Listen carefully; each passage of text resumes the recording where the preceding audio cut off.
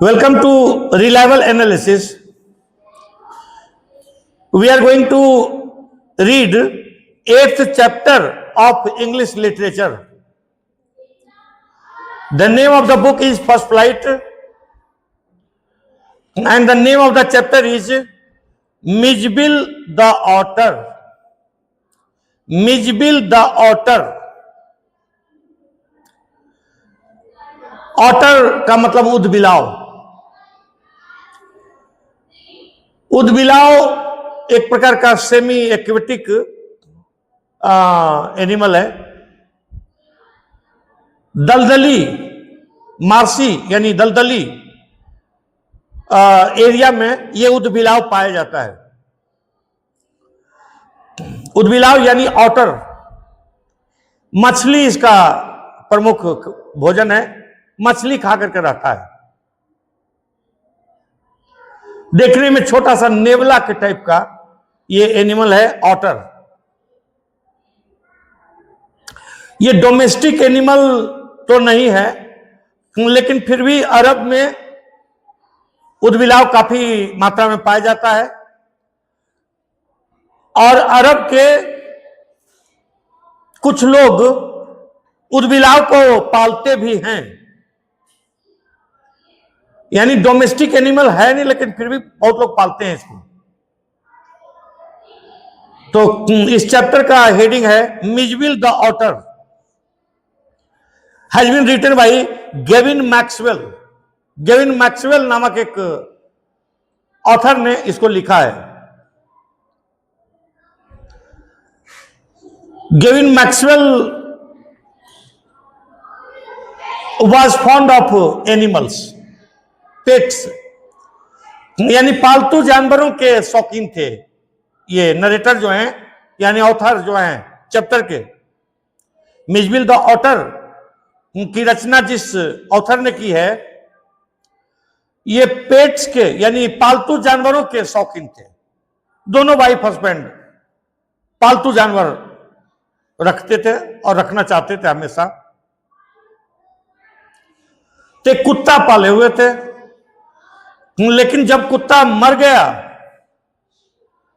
तो दोनों wife husband काफी फेडअप हो गए कि अब एक पालतू जानवर के बिना जिंदगी कैसे कटेगी। पालतू जानवरों को बहुत लोग इंटरटेनमेंट के सोर्स के रूप में इस्तेमाल करते हैं। उसी प्रकार के ये फैमिली थे गेविन मैक्सवेल। तो गेविन मैक्सवेल कहां के हैं? तो कैमुसफियरना नामक जगह में इनका घर है, in the West Highlands in Scotland. Britain के स्कॉटलैंड नामक क्षेत्र में हाईलैंड एरिया यानी पर्वतीय प्रदेशों में कैमुसफियरना नामक जगह में इनका घर था, ऑथर का, जिनका नाम है गेविन मैक्सवेल। तो चूंकि इनका कुत्ता मर गया और इस कारण से ये काफी फेडअप थे, इनकी वाइफ भी,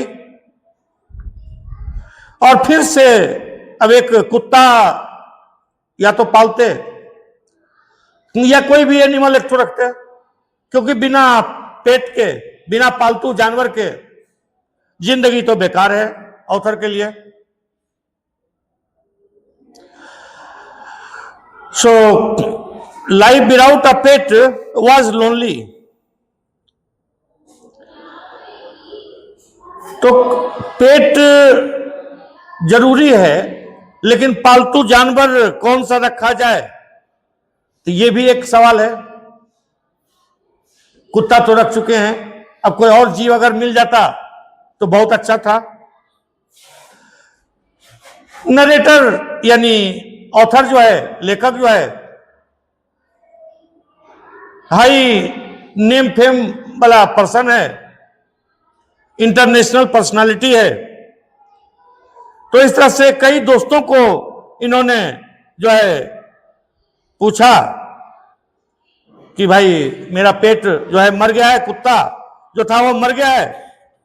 तब इनको अंतोगत्वा सलाह मिला कि आप बेटर है कि उदबिलाव आप इस बार पाल करके देखिए।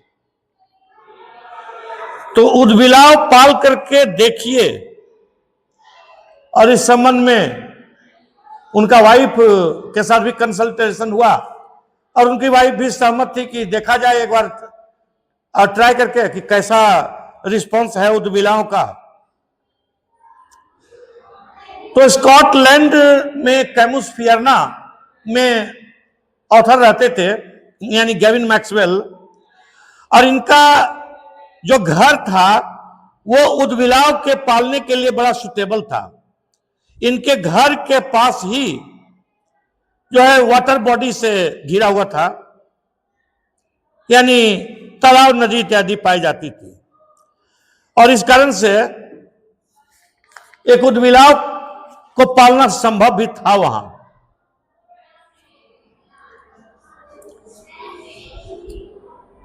अर्ली, अब टेक्स्ट में हम लोग आते हैं कि early in the year of 1956 I travelled to southern Iraq.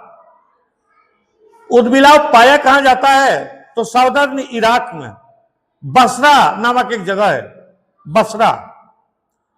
Basra के मार्सी लैंड यानी दलदली भूमि में उदबिलाव पाया जाता है, और इस तरह से एक उदबिलाव की चाहत थी नरेटर को, और नरेटर पहुंचा southern Iraq. By then it had crossed my mind that I should like to keep an otter instead of a dog. एक कुत्ता तो नरेटर रख ही चुके थे, अब इनके दिमाग में था कि एक उदबिलाव को पाला जाए, एक ऑटर को पाला जाए। And that Camus Fiorina ringed by water, a stone's throw from its door. Camus Fiorina का जोग्राफिकल कंडीशन भी ऐसा था कि वो ऑटर यानी उदबिलाव पालने के लायक सुटेबल था। नरेटर कहता है कि a stone's throw from its door, हमारे दरवाजे से एक पत्थर फेंक दीजिए तो वाटर बॉडी में जाकर के गिरेगा, यानी इनके घर के चारों तरफ वाटर बॉडी थी। So it would be an eminently suitable spot for this experiment.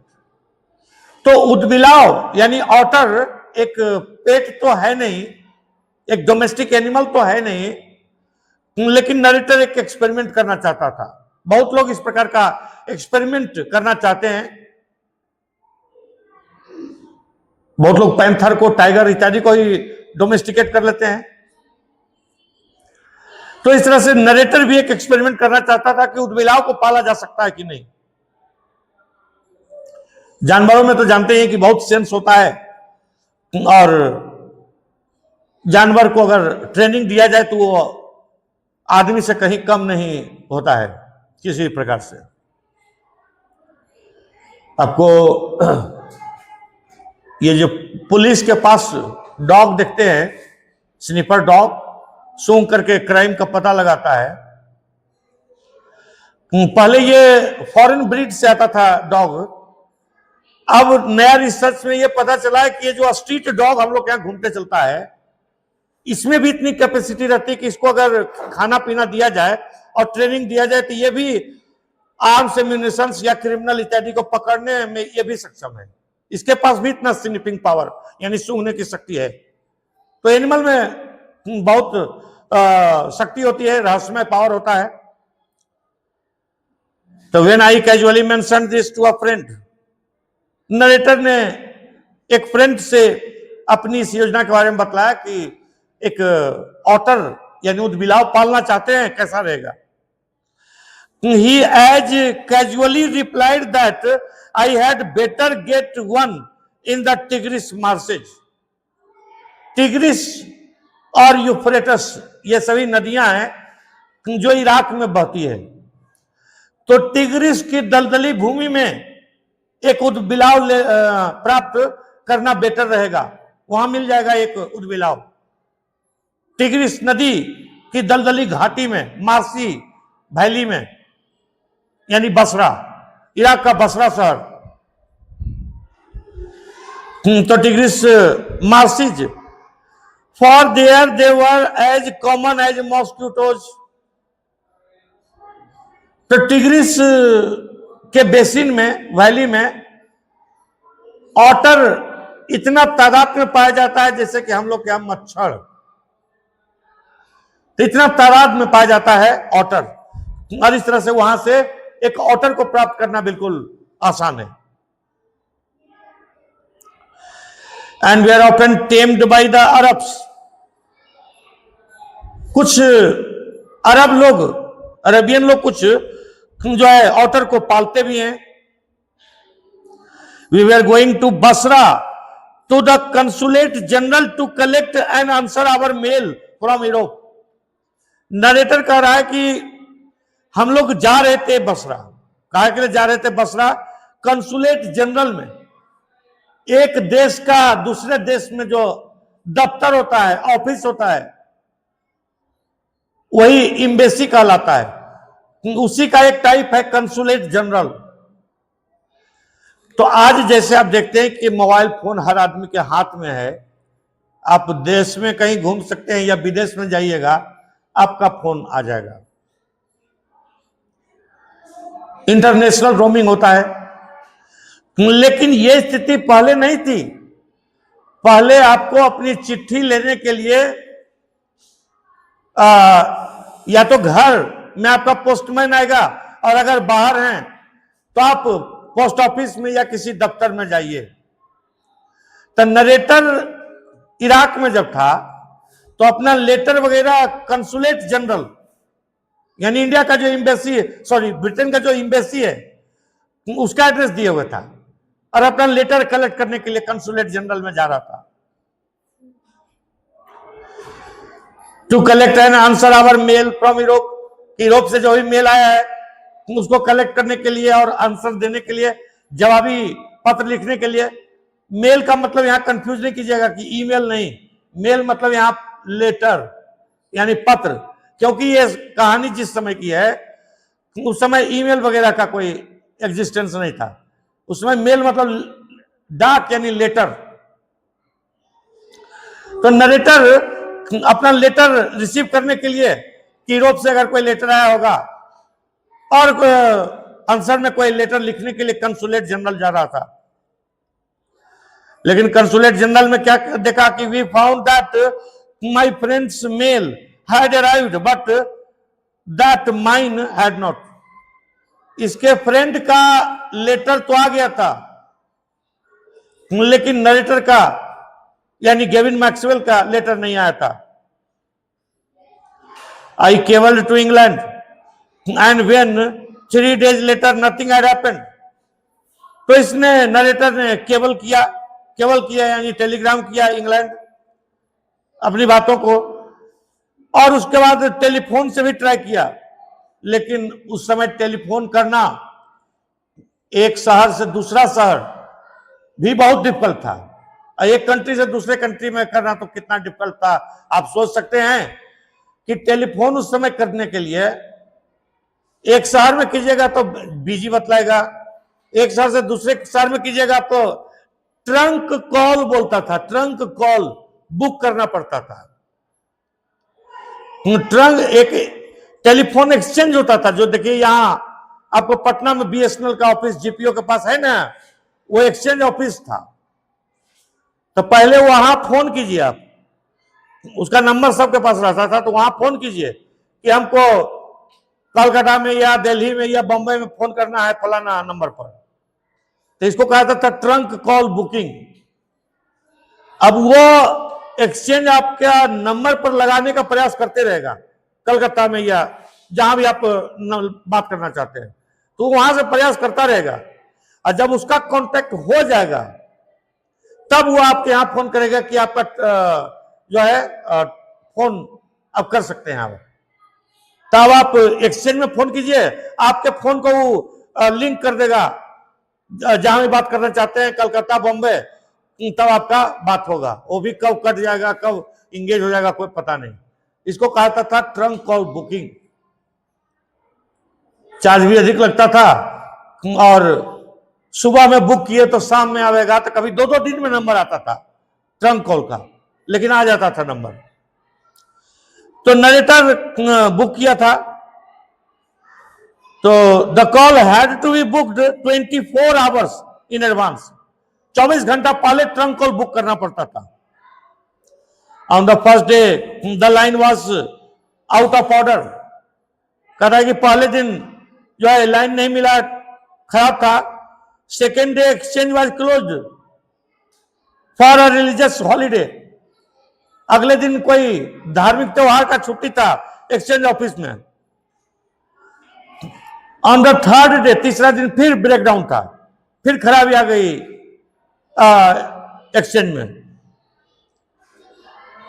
तो my friend left and I arranged to meet him in a weeks time. 5 days later my mail arrive.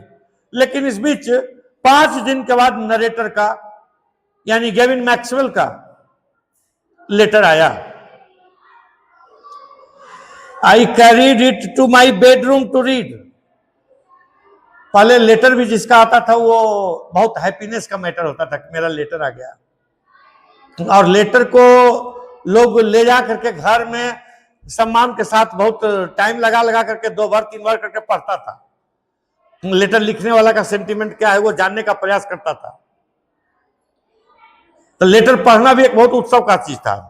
तो narrator letter को ले गया अपने room में, bed पर अपना late करके पढ़ेगा लेटर। तो लेकिन जैसे ही बेडरूम पहुंचता है तो क्या देखता है, squatting on the floor were 2 Arabs. 2 Arabian लोग फ्लोर पर पालथी मार करके बैठे हुए हैं। बिसाइड देम ले अ सैक, और उनके बगल में एक बोरा है, सैक, एक बोरा है दैट स्क्वाम्ड, और वो बोरा हिलता डुलता है, ट्विस्ट होता है। एक बोरा है, बोरा में कोई चीज है और बोरा अपने आप हिलता डुलता है। तो from time to time they handed me a note from my friend. और वो दोनों अरबियन जो लोग आए थे उन्होंने एक लिखा हुआ लेटर भी दिया नरेटर को, इनके फ्रेंड ने लिखा था। उस लेटर में क्या लिखा हुआ था कि हियर इज योर ऑथर, ये रहा तुम्हारा उद्बिलाव। अरबियन के माध्यम से, 2 अरब के माध्यम से जो है उद्बिलाव भेज दिया। अब उस बोरा को खोलने के बाद नरेटर जब देखा उद्बिलाव को तो इसके खुशी का तो कोई ठिकाना नहीं रहा। अब लगा कि जिंदगी में ऐसा कुछ पा लिया कि अब तो सारी जिंदगी वो याद रखेगा। तो opening of that sack became a phase of my life that has not yet ended. कहा कि मेरी जिंदगी बदल गई। उस बिलाव को देखते के साथ मेरी जिंदगी बदल गई, मेरे जीवन में बाहर आ गई। And may for all I know not and before I do. और कहता है कि ये मुझको जिंदगी भर याद रहेगा, क्योंकि उद्बिलाव ने मेरे जीवन में रोमांच भर दिया, और इसलिए मैं सदा इसको याद रखूंगा, जब तक चाहूंगा तब तक याद रखूंगा। इट इज इन इफेक्ट अ थ्रालडम।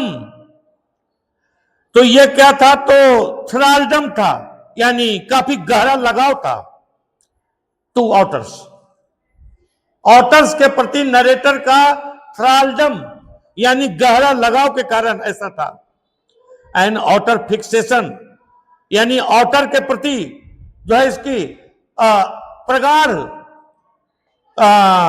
जो इसका आकर्षण था उसके कारण ऐसा था, यानी डीप अटैचमेंट था, गहरा लगाव था नरेटर का एक ऑटर के प्रति यानी उद्बिलाव के प्रति। इस कारण से नरेटर को लगा जैसे कि एक उद्बिलाव मिल गया और उसके बाद अब इसके जीवन में कोई कमी नहीं रही, अब जीवन में सब मुकाम हासिल कर लिया। और इस कारण से नरेटर इस बात को हर कोई जो इसका भी फ्रेंड था सबको यह बतलाता था कि एक उद्बिलाव हमको मिल गया। I have since found to be shared by most other people. सभी लोगों के पास ये बतलाने का काम किया। Who have ever owned one. जो कभी भी उदबिलाव पाले थे या मान लिया कि कोई भी पेट वगैरह रखते थे जो इंटरेस्टेड थे, तो सबसे इसने नरेटर ने इस बात की चर्चा की। The creature that emerged from this sack onto the spacious tiled floor of the consulate bedroom resembled most of all a very small medievally conceived dragon. जब बोरा खोल करके उस सैक को ओपन किया गया और तब उससे निकला उदबिलाव और उसको कंसुलेट जनरल के फ्लोर पर रखा गया। टाइल्स का बना हुआ था, टाइल्स लगा हुआ था फ्लोर में, तो spacious tiled floor of the consulate bedroom, तो कैसा लगता था इस समय उदबिलाव? The resembled most of all a very small, काफी छोटा, मेडावली कंसिप्ड, यानी मध्यकाल में लोग कल्पना करते थे जिस प्रकार का ड्रैगन, मध्यकाल के लोगों की कल्पना थी जिस प्रकार के ड्रैगन, एक खतरनाक जीव की, वैसा ही देखने में लगता था। From the head to the tip of the tail he was coated with symmetrical pointed scales of mud armour. तो उसके उदबिलाव के पूरे बॉडी में क्या था? तो सिमेट्रिकल, एक प्रकार का पॉइंटेड स्केल, नुकीला स्केल था, और वो टोटल उसका बॉडी कीचड़ से सना हुआ था। कीचड़ का एक लेयर उसके बॉडी के ऊपर था उदबिलाव के। एक्चुअली उदबिलाव जो है कीचड़ में ही रहता है, तो स्वाभाविक है कि कीचड़ तो रहेगा उसके बॉडी में, तो इसलिए कीचड़ का एक लेयर था उसके बॉडी के ऊपर, लगता था जैसे कीचड़ का कवच पहन लिया हो। तो mud armour between whose tips was visible a soft velvet fur, और इसी कीचड़ का जो कवच था उसमें से दिखाई पड़ता था क्या? उसका रोया, रोया का टिप, यानी पीक उसका दिखाई पड़ता था। कैसा दिखाई पड़ता था? तो वेलवेट की तरह का, यानी मखमली दिखाई पड़ता था। Like that of a chocolate brown mole, लगता था जैसे कि एक मोल का, यानी तिल जिस प्रकार से चॉकलेट ब्राउन कलर का होता है, ठीक उसी प्रकार का उसका बॉलवेट की तरह, मक्खन की तरह उसका रोया निकला हुआ था कीचड़ से। रोया का टिप खाली, उसका पीक, छोर, ऊपरी छोर खाली निकला हुआ था, बाकी पूरा उसका बॉडी जो है कीचड़ के आर्मर, यानी कीचड़ का एक कवच धारण किए हुआ था। He shook himself and I had expected a cloud of dust. उदबिलाव ने अपने शरीर को झाड़ा और नरेटर को समझ में आ रहा था कि अब ये जब अपने शरीर को झाड़ रहा है तो इसके बॉडी से डस्ट का एक क्लाउड निकलेगा, काफी डस्ट निकलेगा। But in fact it was not for another month that I managed to remove the last of the mud and see the otter as it were in his true colors. Narrator कहता है कि अगला महीना लग गया उसको साफ करते करते, धोते धोते, तब वास्तविक रूप में एक ऑटर, उदबिलाव कैसा होता है वो नरेटर को 1 महीना के बाद दिखाई दिया, क्योंकि इतना कीचड़ था, इतनी गंदगी थी उसके शरीर के चारों तरफ कि वो साफ होते होते, देखते देखते आपको 1 महीना लग गया। 1 महीना में वो अपने रियल कलर में दिखाई दिया। नरेटर ने उसका नाम रख दिया Mijbil.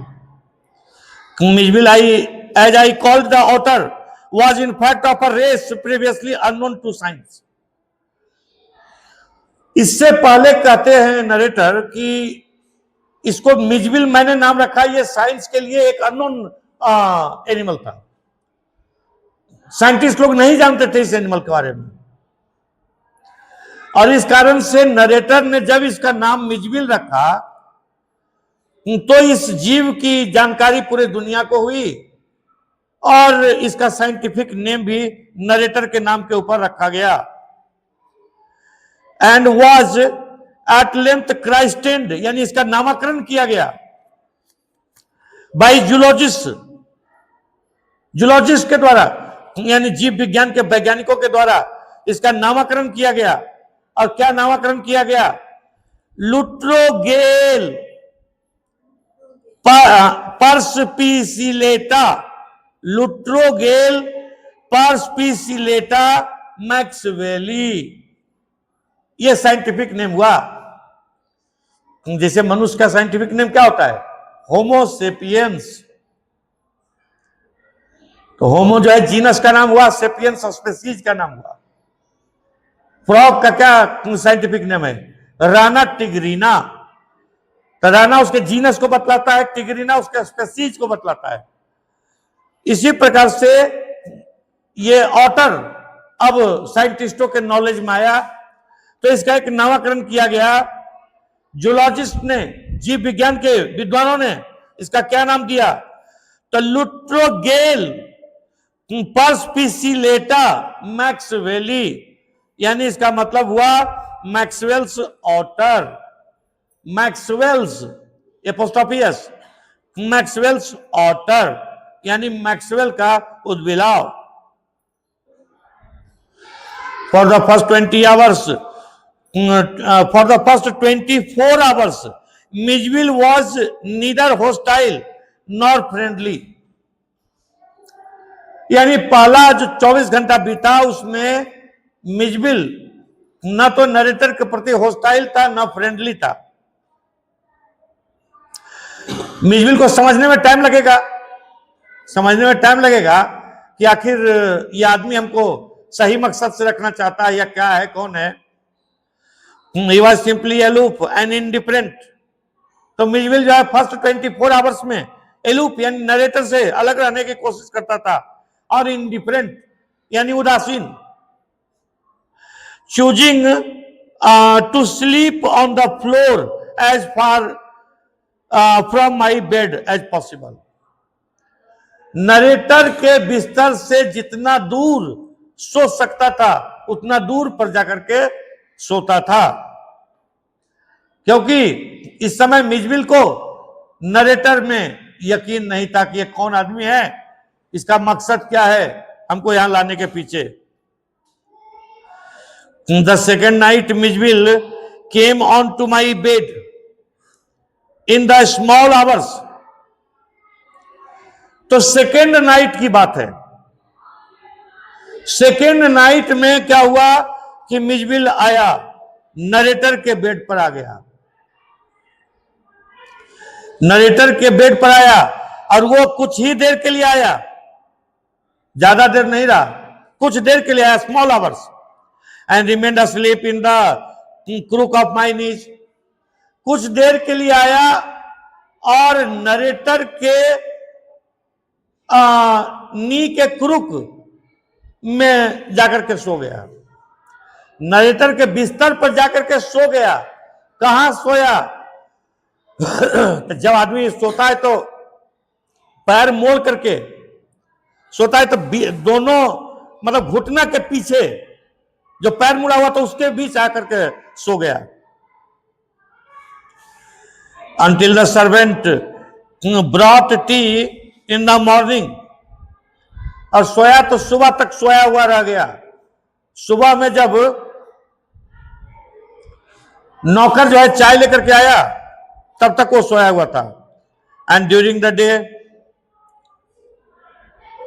he began to lose his apathy and take a much too keen interest in his surroundings। तो पहले तो उद्बिलाव यानी आउटर में एपैथी थी। एपैथी मतलब लैक ऑफ इंटरेस्ट, उदासीन, इंडिफरेंट था। नरेटर के प्रति कोई इंटरेस्ट नहीं दिखाता था। लेकिन ये एपैथी यानी ये लैक ऑफ इंटरेस्ट, ये उदासीनता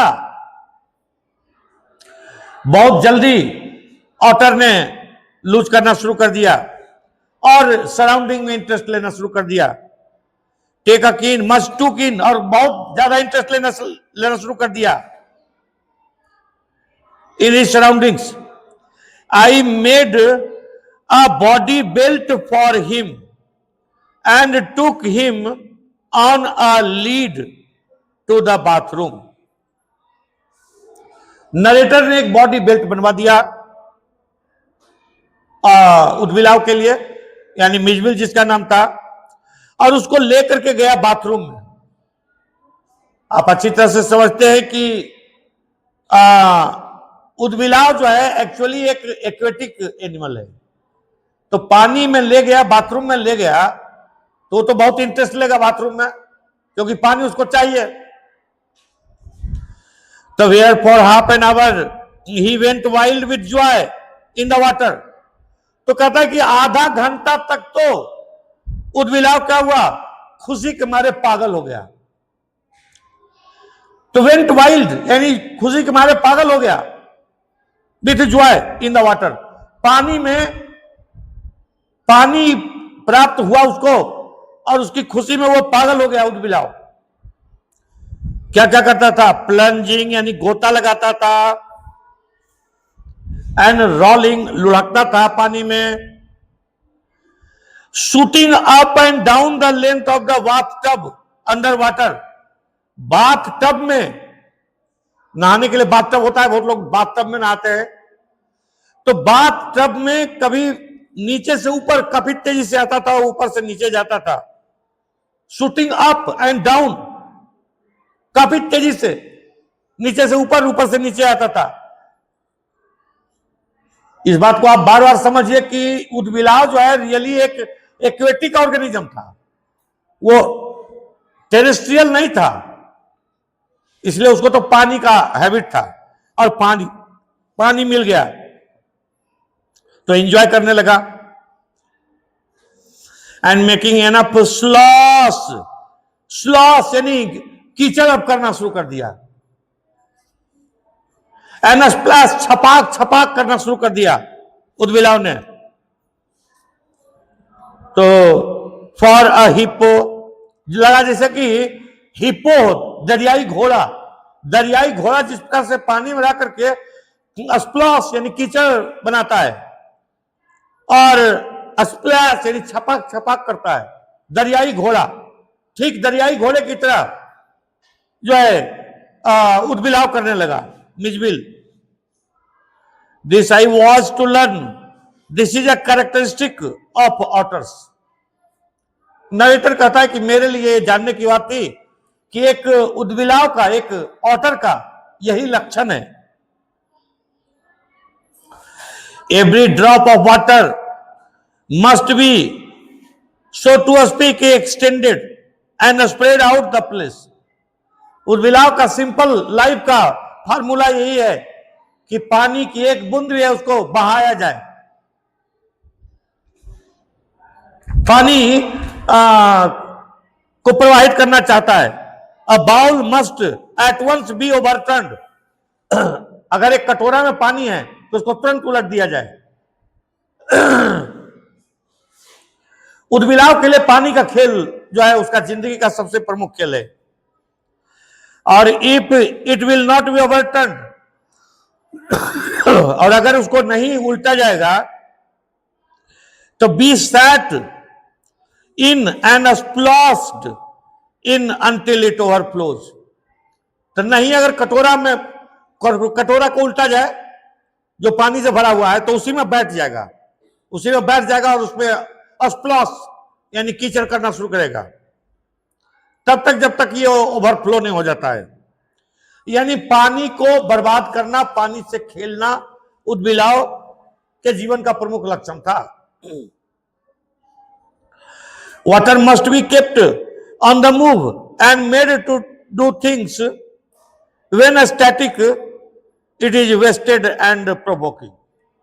तो वाटर को हमेशा मूव करना है, और अगर स्टैटिक है, वाटर स्थिर से रखा हुआ है, तो पानी का बर्बादी है। उद्बिलाव के लिए पानी का बर्बादी है, और वो प्रोवोक करता है, उत्तेजित करता है उद्बिलाव को कि काहे रखा हुआ है पानी, इसको उल्टो पुल्टो, इसको गिराओ, बर्बाद करो। उद्बिलाव का यही जीवन का फलसफा है।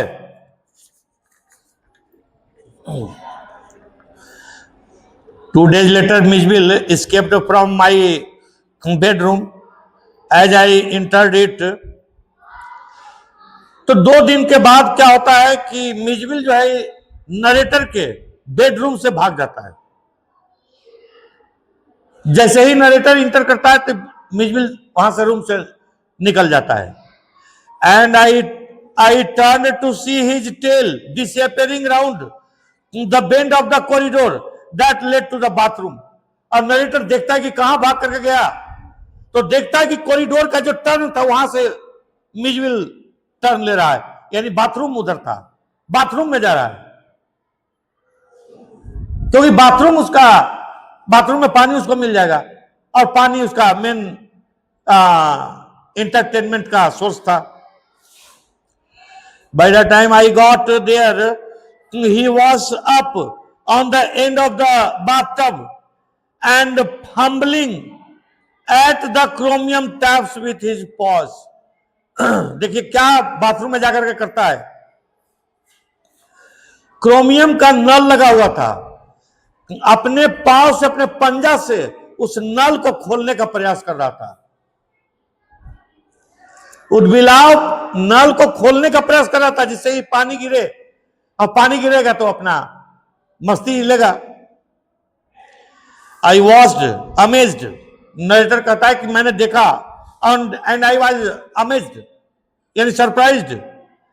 In less than a minute he had turn the tap far enough to produce a trickle of water.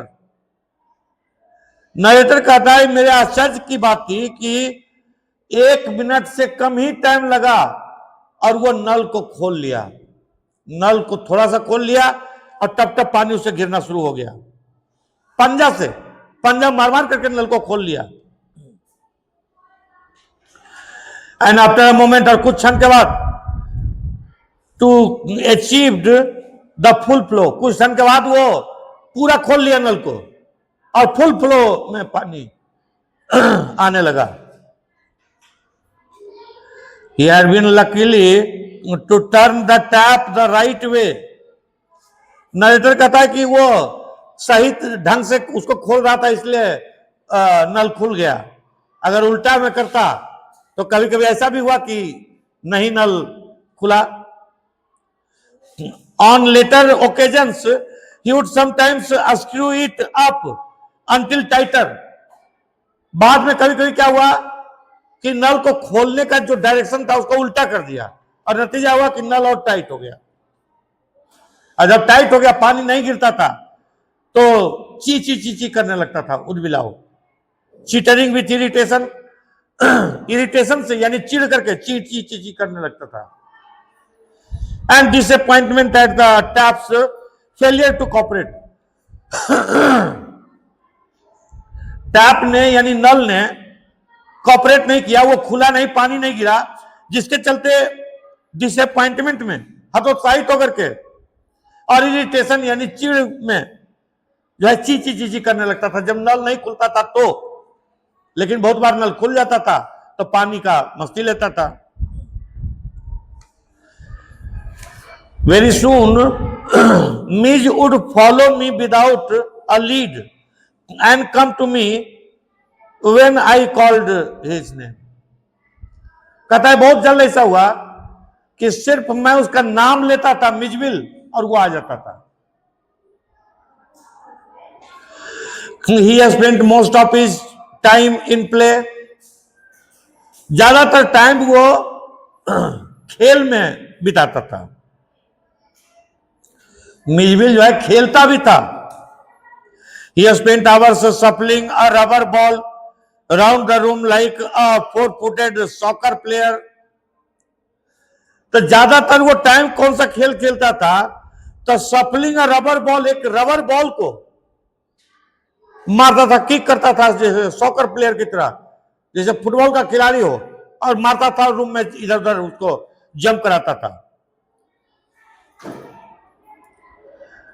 The rubber ball around the room like a 4-footed soccer player.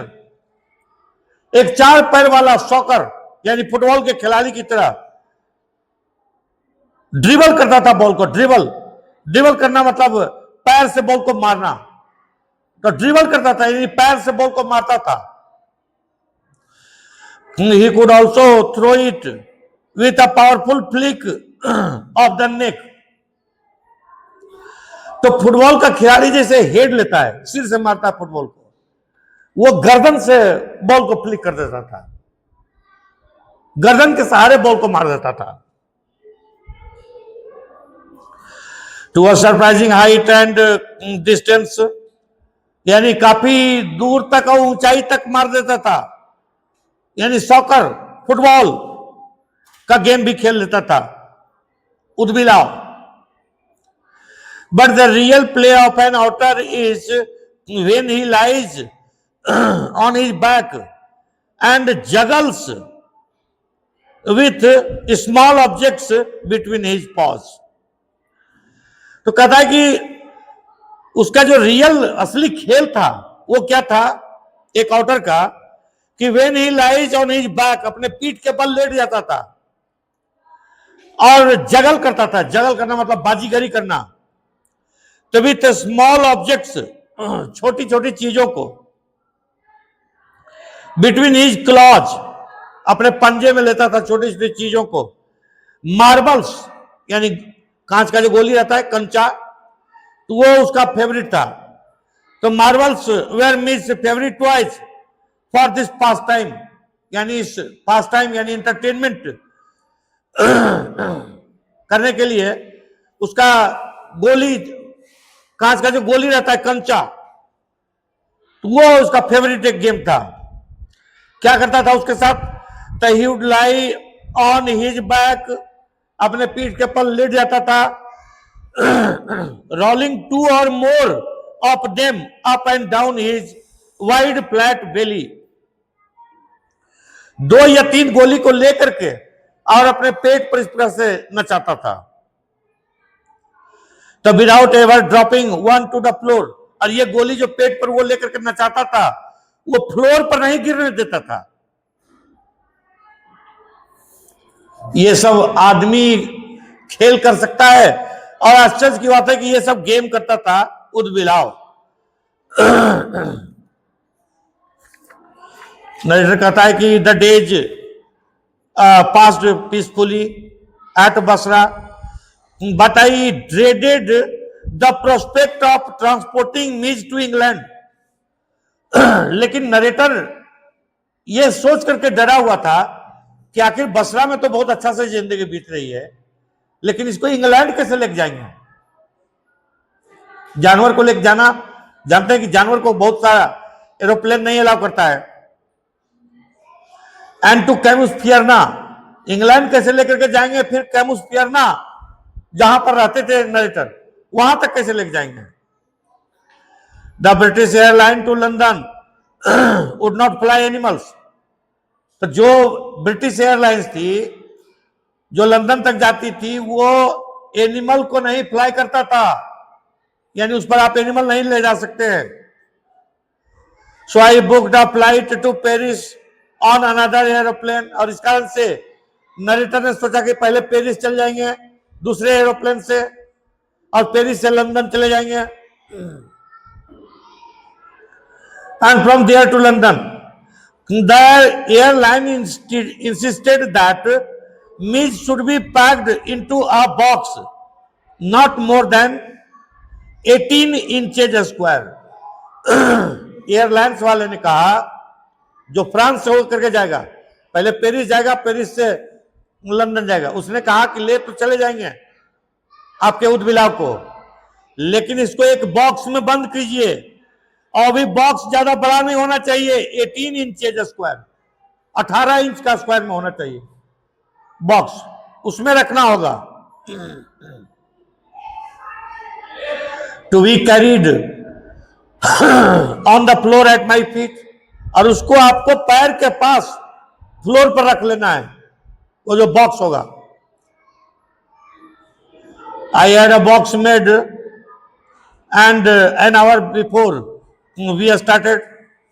Narrator कहता है कि एक बॉक्स बना लिए और 1 घंटा पहले तैयारी करने लगे. I put मीज into the box. 1 घंटा पहले ही मीज को उस बॉक्स में रख दिया. कहा के लिए? तो so that he would become accustomed to it. उसको हैबिट हो जाएगा, उस बॉक्स में रहने का हैबिट हो जाएगा मीज बिल को. इसीलिए 1 घंटा पहले ही उसको रख दिया बॉक्स में. And left for a hurried meal. और नरेटर जल्दी से चल दिया खाना खाने के लिए. खाना खा करके जाएगा पेरिस का एरोप्लेन पकड़ेगा, पेरिस से फिर लंदन जाएगा. लेकिन जब खाना खा करके नरेटर लौटता है तो क्या देखता है? When I returned, there was an appalling spectacle. तो एक भयानक जो है सीन था जब लौटा नरेटर. तो अपैलिंग यानी भयानक, हैरान करने वाला एक सीन दिखा. स्पेक्टेकल यानी सीन उसको दिखाई दिया. क्या था? There was complete silence from the box. Box में कंप्लीट साइलेंस था. गौर करो बात को कि बॉक्स में कंप्लीट साइलेंस था, यानी मिजबिल या तो नहीं था या मिजबिल मर गया था. नहीं तो मिजबिल जिसे उतना कोई होशियार जीव नहीं था कि आराम से सोया हुआ रहेगा, वो तो उपद्रव करता रहेगा ना. तो ऐसा कुछ नहीं हो रहा था. Out from its air holes. उस बॉक्स में कुछ छेद बनाया गया था हवा आने जाने के लिए. तो out from its air holes and chinks around the lid. और कुछ चिंक्स था यानी दरार था. जो ढक्कन था, ढक्कन के पास कुछ दरार था. तो उसमें क्या दिखता था? तो blood had trickled and dried. उसमें दिखाई दिया खून, कि खून निकला है, टपक टपक करके खून बाहर निकला है एयर होल से. और चिंक्स यानी दरार से टपक टपक करके खून बाहर निकला है और वो सूख गया है. I whipped off the lock. Narrator जो है काफी घबरा गया और नरेटर कहता है कि आई व्हिप्ड ऑफ यानी मैंने जल्दी से खोला. द लॉक, उस बॉक्स का लॉक को जल्दी से खोला. And tore open the lid. और इसका ढक्कन जो था उसको जो है जल्दी से फाड़ उड़ करके निकाला. एंड मीज एग्जॉस्टेड एंड ब्लड स्पैटर्ड. तो क्या देखा ढक्कन खोलने के बाद? तो मीज जो है एग्जॉस्टेड यानी थक करके लगभग बेहोश के कंडीशन में था. एंड स्पैटर्ड, स्पैटर्ड मतलब ब्लड स्पैटर्ड मतलब खून से लथपथ. तो मीज जो है खून से लथपथ था. विम्पर्ड यानी रिरिया रहा था. नरेटर को देखा तो रिरियाने लगा कि बचाओ हमको. And caught at my leg. और नरेटर के पैर के ऊपर आकर के गिर गया मिजबिल कि बचाओ मुझको. तो क्या किया था उसने कि he had torn the lining of the box to shreds. Mijbil ने क्या किया था कि जो बॉक्स में उसको रखा गया था उस बॉक्स का जितना लाइनिंग था सबको फाड़ करके चिथड़ा उड़ा दिया था. When I removed the last of it so that there were no cutting edges left, it was just 10 minutes until the time of the flight. Narrator ने जितना फाड़ चिर दिया था बॉक्स को, सबका कटिंग वगैरह को फाड़ करके अलग किया जिससे कि कटिंग नहीं रहे, फिर उसको इंजुरी नहीं हो. और फिर बॉक्स में रखा उसको मिजबिल को. और मात्र 10 मिनट बचा हुआ था एरोप्लेन में, एरोप्लेन के फ्लाइट में मात्र 10 मिनट. और 5 माइल्स दूर था एयरपोर्ट. मात्र 10 मिनट है और 5 माइल्स एयरपोर्ट है. कैसे होगा? I put the miserable Mij back into the box. फिर से उसी बॉक्स में रखा. Holding down the lid with my hand. और उसको लीड को, अपने ढक्कन जो था उस बॉक्स का, उसको अपने हाथ से पकड़े हुए. I sat in the back of the car. Car के पीछे में ये बैठ गया with the box beside me, और अपने बगल में मिजविल का जो बॉक्स था उसको रख लिया। As the driver tore through the streets of Basra like ricocheting bullet. अब ड्राइवर जो है, आपको 10 मिनट में 5 माइल का डिस्टेंस तय करना था, तो क्या ड्राइवर गाड़ी कैसे चला रहा था? तो लाइक अ रिकोसेटिंग बुलेट, यानी टकरा करके जब गोली जाती है ना, जैसे मान ले गोली इधर मारा जाता है राइफल से, और वो टकरा करके जिधर जिधर भागेगा तो जितना तेजी से भागता है उसी को कहता है रिकोसेटिंग बुलेट। तो ऐसे तो कोई चीज आ रहा है तो आप समझ भी सकते हैं कि इस डायरेक्शन में आ रहा है, लेकिन टकराने के बाद किधर जाएगा कोई नहीं जानता है।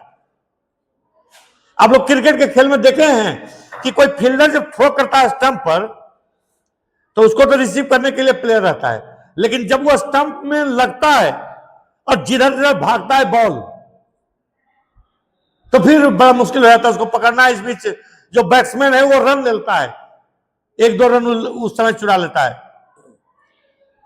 तो इसी को कहता है रिकोसेटिंग बुलेट, यानी किसी सतह से लगकर दिशा बदलने वाली गोली। तो their aircraft was waiting to take off, aeroplane जो है टेक ऑफ यानी उड़ान का वेट कर रही थी।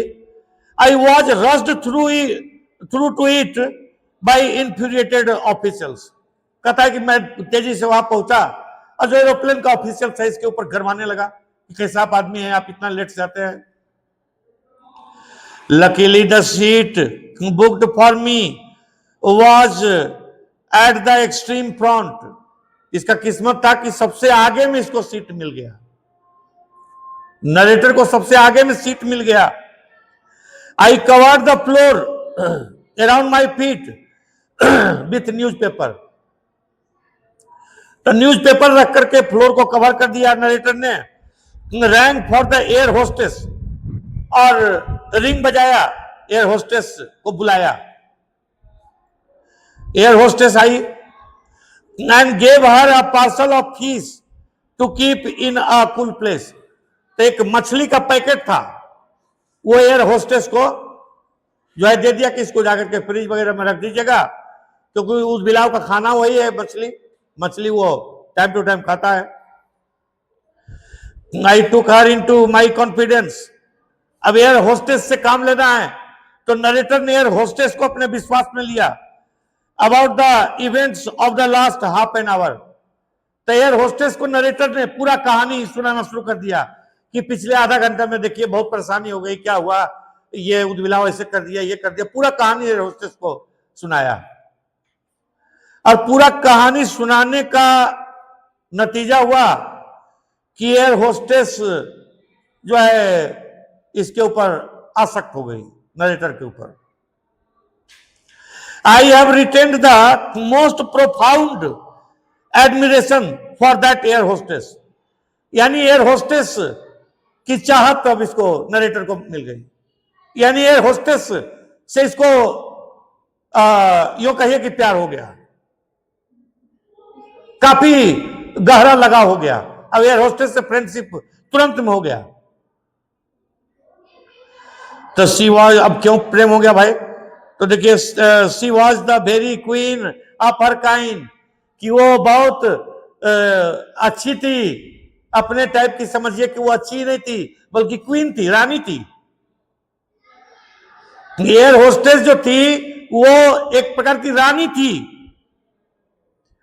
तो she suggested that I might prefer to have my pet on my knee and I could have kissed her hand in the depth of my gratitude. अब सवाल है कि एयर होस्टेस की गहरी चाहत मिल गई नरेटर को, तो अब नरेटर के हाथ में तो उद्विलाव है, तो क्या कर सकता है इस समय दोनों? तो अब चाहत हो गई है दोनों में, तो अब कम से कम किस वगैरह करेगा तब ने उसका कुछ रिजल्ट निकलना चाहिए दोनों में। लव हो गया तो कुछ तो इसका रिजल्ट निकलना चाहिए, तो किस करो। तो किस कैसे करे, वो उद्बिलाव था इसके हाथ में।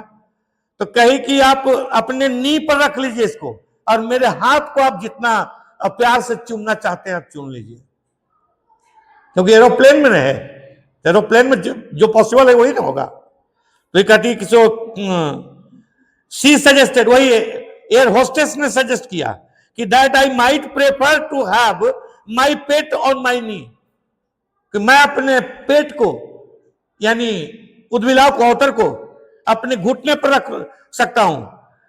And I could have kissed her hand, मैं उसके हाथ को किस कर सकता हूं। In the depth of my gratitude, मैंने अपना पूरा गहरा लगाव चाहत के साथ किस कर सकते हैं। बट नॉट नोइंग ऑटर्स, और इस बीच ये ऑटर जो था ये तो बड़ा दुष्ट उपद्रवी टाइप का ऑटर था। जैसे ही रखा घुटना के ऊपर और नरेटर जो है एयर होस्टेस को किस करने लगा, तहां ऑटर तुरंत सहजे से वहां से निकल गया। वो समझ गया कि ये दोनों अपना लगा हुआ है, अब मेरे पास मौका है, और वो भाग गया वहां से। अब वो भाग गया तो नतीजा हुआ कि पूरे जहाज में कोहराम मच गया। जिधर जिधर जब सब देखे उद्बिलाव को तो सब चिल्लाने लगा, चीखने लगा, चिल्लाने लगा। अब ये दोनों जो है जो किस करने में लगा हुआ था, अब ये दोनों भी हवा करके पकड़ो एयर आउटर को पकड़ो। तो इस तरह से नरेटर और एयर होस्टेस के लिए प्रॉब्लम हो गया कि इसको पकड़ना कैसे होगा। तो but not knowing otters I was quite अनप्रिपेयर्ड for that followed. Narrator कहता है कि मैं इस बात के लिए तैयार नहीं था कि एयर होस्टेस को किस कर रहा हूं तो ये क्या कर डालेगा उस बीच में, और नतीजा हुआ को भाग गया। अब भाग गया तो देखिए Mij was out of the box in a flash, एक झटके से तुरंत बॉक्स से निकल करके भागा।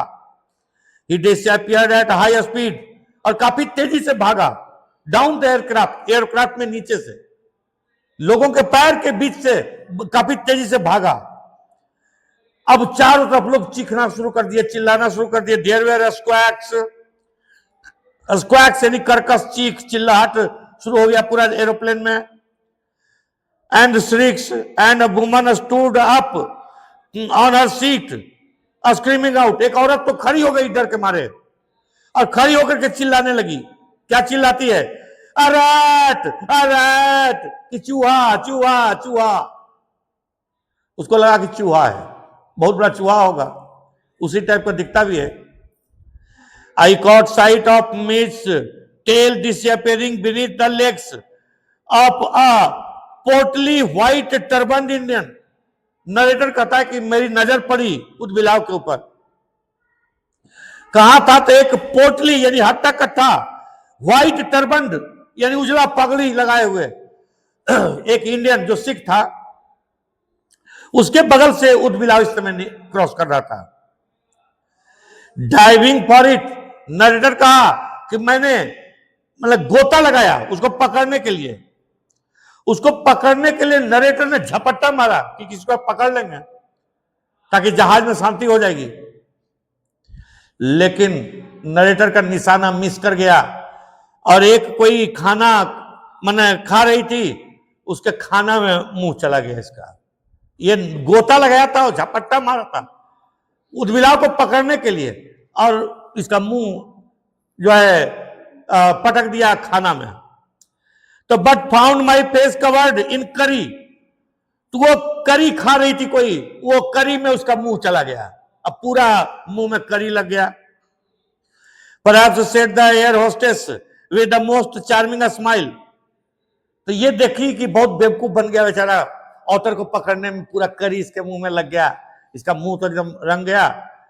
तो एयर होस्टेस तो जान ही रहे कि बहुत गहरा प्यार हो गया था इससे, तो वो बहुत चार्मिंग स्माइल में, मोस्ट यानी जितना आकर्षक ढंग से वो मुस्कुरा सकती थी उतना आकर्षक ढंग से मुस्कुरा करके नरेटर को बोली क्या कि it would be it would be better if you resumed your seat. की बेहतर है कि आप अपना सीट पर बैठ जाइए और मैं पकड़ करके लाती हूं उसको। सोचिए कि बेवकूफ बन रहा है बेचारा, मुंह चला गया करी में, तो कही कि आप काहे के लिए परेशान हो रहे, बैठिए सीट पर, मैं उसको पकड़ करके लाती हूं। And I will find the animal and bring it to you. लेकिन नरेटर जानता था कि इसका उद्बिलाव जो था बड़ा दुष्ट था और एयर होस्टेस से पकड़ाना आसान नहीं था। उसका जो असली मालिक रहता है वही पकड़ता है आसानी से, एनिमल का यही नेचर रहता है। लेकिन फिर भी I return to my seat, narrator लौट गया अपने सीट पर। I was craning my neck trying to follow the hunt when suddenly I heard from my feet a distressed chitter of recognition and welcome. तो narrator अपने seat पर बैठ करके अपने हेड को क्रेनिंग करने लगा, यानी सिर पूरा उठा करके चारों तरफ देख रहा था कि किधर चला गया उर्बिलाव। क्रेनिंग माई नेक, अपने गर्दन को क्रेन की तरह, बगुला की तरह लंबा करके देख रहा था कि कहां उर्बिलाव चला गया। टू फॉलो द हंट, यानी खोज कर रहा था। व्हेन सडनली आई हर्ड, तभी क्या होता है कि नरेटर को सुनाई देता है उसके पैर के पास अ डिस्ट्रेस्ड, यानी एक दबी हुई, चीटर यानी चींची की आवाज, ऑफ रिकॉग्निशन, जानी पहचानी, एक जानी पहचानी हुई चींची की आवाज सुनाई दी। एंड वेलकम, और स्वागत वाली, क्योंकि नरेटर को उस उद्बिलाव से बहुत प्यार था और इस तरह से नरेटर के लिए काफी खुशी की बात थी कि वो उद्बिलाव आ गया। And Mij bounded on to my knee, और तभी मीज जो था इसके घुटना तक चढ़ाया। And began to nuzzle my face, और तब चढ़ते चढ़ते उसके चेहरे तक आ गया और अपना मुंह जो है इसके मुंह से रगड़ने लगा। नजल यानी नाक को रगड़ने लगा। टू फेस, नरेटर के फेस में अपना नाक रगड़ने लगा। एंड माई नेक, और नरेटर के नेक में, गर्दन में अपना नाक रगड़ने लगा, इसको कहा था nasal.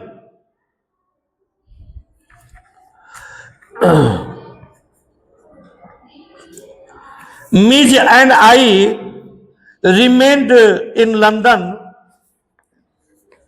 for nearly a month. एक महीना तक लगभग दोनों रहे लंदन में। तो he would play for hours with a selection of toys. वो कई खिलौनों से खेलता था, जैसे कि आदमी हो, जैसे पिंग पोंग बॉल से खेलता था, मार्बल्स यानी कंचा से खेलता था, रबर फ्रूट, रबर के फ्रूट से खेलता था। एंड टेरापिन सेल, एक प्रकार का कछुआ का जो खोपड़ी रहता है, तो टेरापिन सेल से खेलता था। That I had brought back from his native marshes, ये सब खिलौना वो लेकर के आया था उसके मार्सी लैंड, यानी बसरा के मार्सी लैंड, यानी दलदली भूमि से ही लेकर के आया था। तो ये सबसे खेलता था। The ping pong ball, he invented a game of his own, अपने ढंग से उसने पिंग पोंग गेम को आविष्कार किया था। Which could keep him engrossed, यानी इस गेम में वो पूरी तरह से इंटरेस्टेड रहता था।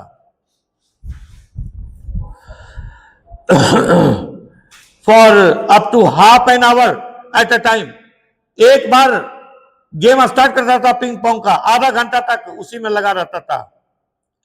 A suitcase that I had taken to Iraq had become damaged on the journey home. Narrator एक सूटकेस लेकर के गया था, ब्रीफकेस, बसरा जब गया था तो ब्रीफकेस लेकर के गया था, और वो ब्रीफकेस लौट करके जब कैमुस फियरना आया नरेटर, तो वो टूट गया था और उस सूटकेस को खेलने का एक सोर्स बना लिया था ये ऑटर ने, यानी जिसका नाम मिजबिल था।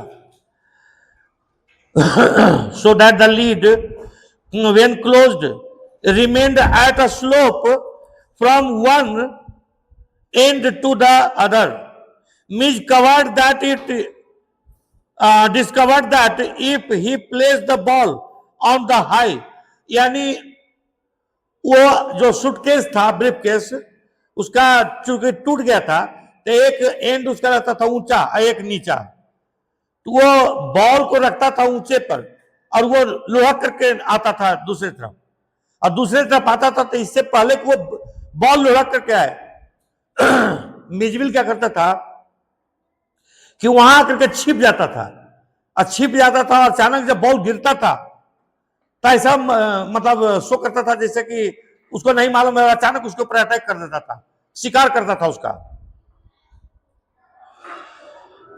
तो he would dash around the other end to ambush its arrival, hide from it, crouching, झुक करके बैठा रहता था, to spring up and take it by surprise, grab it and trot off with it to the high end once more. तो एक बार वो लुढ़क करके आता था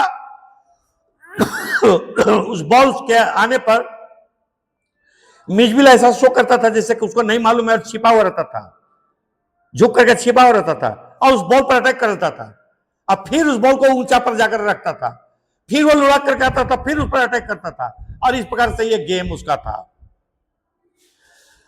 तो ये सब गेम मिजविल ने अपने आप इन्वेंट किया था। Outside the house I exercised him on a lead precisely as if he had been a dog. तो एक कुत्ता की तरह इसको एक डंडा के साथ नरेटर ने इसको ट्रेनिंग दिया था। The Miz quickly developed certain compulsive habits on these walks in the London streets. London की गलियों में टहलते समय कुछ खास प्रकार का हैबिट डेवलप कर लिया था मिजविल ने, जैसे like the rituals of children, जैसे बच्चे लोग करते हैं, तो who on their way to and from school must place their feet squarely on the centre of each paving block. तो बच्चा जैसे अब जिस जगह पर पैर रखता है तो उसी साइज में फिर दूसरा पैर रखेगा, उसी स्क्वायर पर अगले स्टेप रखेगा, एक पोल को छुआ फिर दूसरे पोल को छुएगा, इस टाइप पर नेचर रहता है बच्चा का। दीवार को छुआ तो दीवार को छूते हुए जाएगा।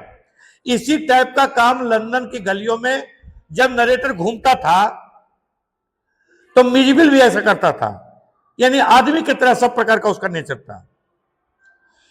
तो must touch every seventh upright of the iron railings, हर एक 7वां आयरन रेलिंग को वो टच करता था, हर एक 7वां को। तो सोचिए उसको काउंट करने का भी नॉलेज था।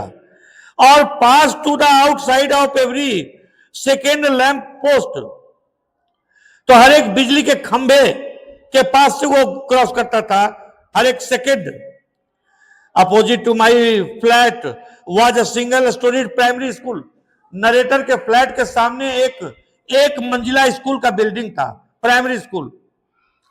Along whose frontage ran a low wall, some 2 feet high, तो उसके सामने एक बाउंड्री टाइप का था 2 फीट ऊंचा। तो मिज वुड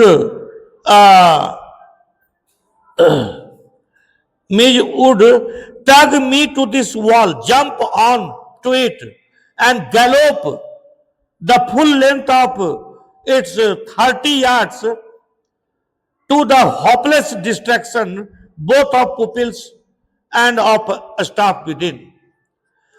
तो मिजविल क्या करता था, ये जो बाउंड्री था, तो बाउंड्री पर लौटते समय सरपट उस पर बाउंड्री के ऊपर से दौड़ते हुए पार करता था, जाते समय नहीं। और जिस प्रकार से बाउंड्री के ऊपर, दीवार के ऊपर से चढ़ करके ये सरपट दौड़ता था 30 यार्ड्स का ये बाउंड्री था, और उसके ऊपर जिस प्रकार से सरपट दौड़ता था, नतीजा था कि स्कूल के अंदर जो स्टूडेंट्स था, पुपिल्स यानी छात्र, और जो टीचर था या अदर स्टाफ, सब को डिस्ट्रैक्ट कर देता था, यानी अपना ध्यान से जो स्टूडेंट है उसको पढ़ने से और जो स्टाफ है उसको पढ़ाने या अन्य काम से ध्यान हटा देता था और सब मिजबिल को देखने लगते थे, सबों को डिस्ट्रैक्ट कर देता था।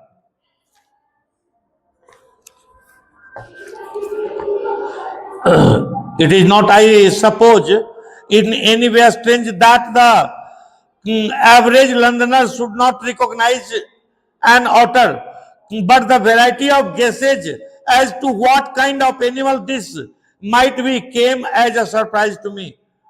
नरेटर कहता है कि हमको तो नहीं सरप्राइज था कि लंदन के अधिकांश आदमी नहीं जानते होंगे कि उदबिलाव क्या होता है, लेकिन इस उदबिलाव को जो देखता था वो तरह तरह का रिएक्शन देता था। ये रिएक्शन जो लोगों का था ये नरेटर के लिए सरप्राइजिंग था। Otters belong to a comparatively a small group of animals called mustelines, shared by the badger, mongoose। तो कोई उसको आपको कहता था कि मुस्टलिन ग्रुप का है, ये एक बैजर है यानी बिज्जू है, कोई उसको मंगूज कहता था, नेवला कहता था, कोई उसको विजिल कहता था, कोई उसको स्टोट कहता था, कोई उसको मिंक कहता था। यह तरह तरह का रिएक्शन जो देखता था सब अलग अलग जीव बताता था, आपस में सब चर्चा करता था कि ये फलाना जीव है। I faced a continuous barrage of conjectural questions। Narrator कहता है कि आई फेस, मैं सामना करता था, अब बराज, बराज मतलब बौछार, तो अब बराज ऑफ कंजेक्चरल क्वेश्चंस यानी तुक्के से भरे सवालों की बौछार का सामना करना पड़ता था नरेटर को। जो देखता था सब तरह तरह का क्वेश्चन करता था। That spread all over mustelines but the otter, otter को छोड़ करके बाकी सब अलग अलग गेस करता था, ये फलाना जीव है, ये चिलाना जीव है, लेकिन ऑटर कोई नहीं कहता था। The more random guesses hit on a baby seal, तो ज्यादा लोग बेबी सील कहते थे इसको।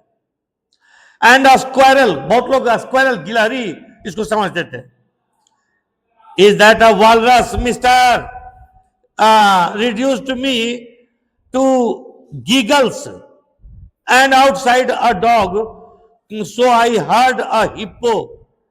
तो कोई ये भी कमेंट करता था कि इज दैट अ वॉलरस, क्या ये वॉलरस है मिस्टर, नरेटर को पूछता था कोई आदमी। तो reduced me to a giggle, यानी नरेटर को हंसी लगती थी सुन करके, ये बोलता नहीं था। और कहा ये बोला, आउटसाइड अ डॉग शो, एक डॉग शो था वहां। आई हर्ड अ हिप्पो, किसी ने हिप्पो कहा इसको, किसी ने इसको हिप्पो भी कह दिया। तो अ विवर, किसी ने इसको वेबर कहा। अ बियर कब, किसी ने इसको भालू का बच्चा कहा। अ लेपर्ड वन, यानी कोई लेपर्ड भी इसको कोई कहा। तो apparently that had changed its spots and brontosaur, किसी ने इसको ब्रोंटोसोर तक कह दिया, यानी डायनासोर का एक टाइप है ये। The Mij was anything but an otter, यानी मीज को सब कोई तरह तरह से, कोई डायनासोर तो कोई भालू का बच्चा तो कोई कुछ भी कह रहा था, लेकिन ऑटर कोई नहीं कहता था, उद्बिलाव कोई नहीं कहता था। But the question for which I awarded the highest score came from a labourer digging a hole in the street. लेकिन सबसे ज्यादा आश्चर्यजनक रिएक्शन किसका था, तो एक लेबर का, एक मजदूर का। वो एक गड्ढा खोद रहा था। I was still far from him when he laid down his tool, put his hand on his हिप्स। जब नरेटर दूर में ही था तो उसने अपना कुदाल जो खोद रहा था वो रख दिया, अपना हाथ जो है हिप पर रखा और देखने लगा गौर से। And began to stare as I drew nearer, जब नजदीक आया narrator, I saw his expression of surprise, तो उसके चेहरे पर आश्चर्य का भाव था। एंड अफ्रंट यानी एक इंसल्ट टाइप का था, as though he would have been know that he was not one upon whom to play jokes. यानी इस प्रकार का उसके चेहरे पर एक्सप्रेशन था, जैसे कि बहुत तुम बेवकूफ बनाए हो सबको, मैं उतना बेवकूफ नहीं हूं, मैं जानता हूं कि ये क्या है। आई केम अब्रेस्ट, नरेटर कहता है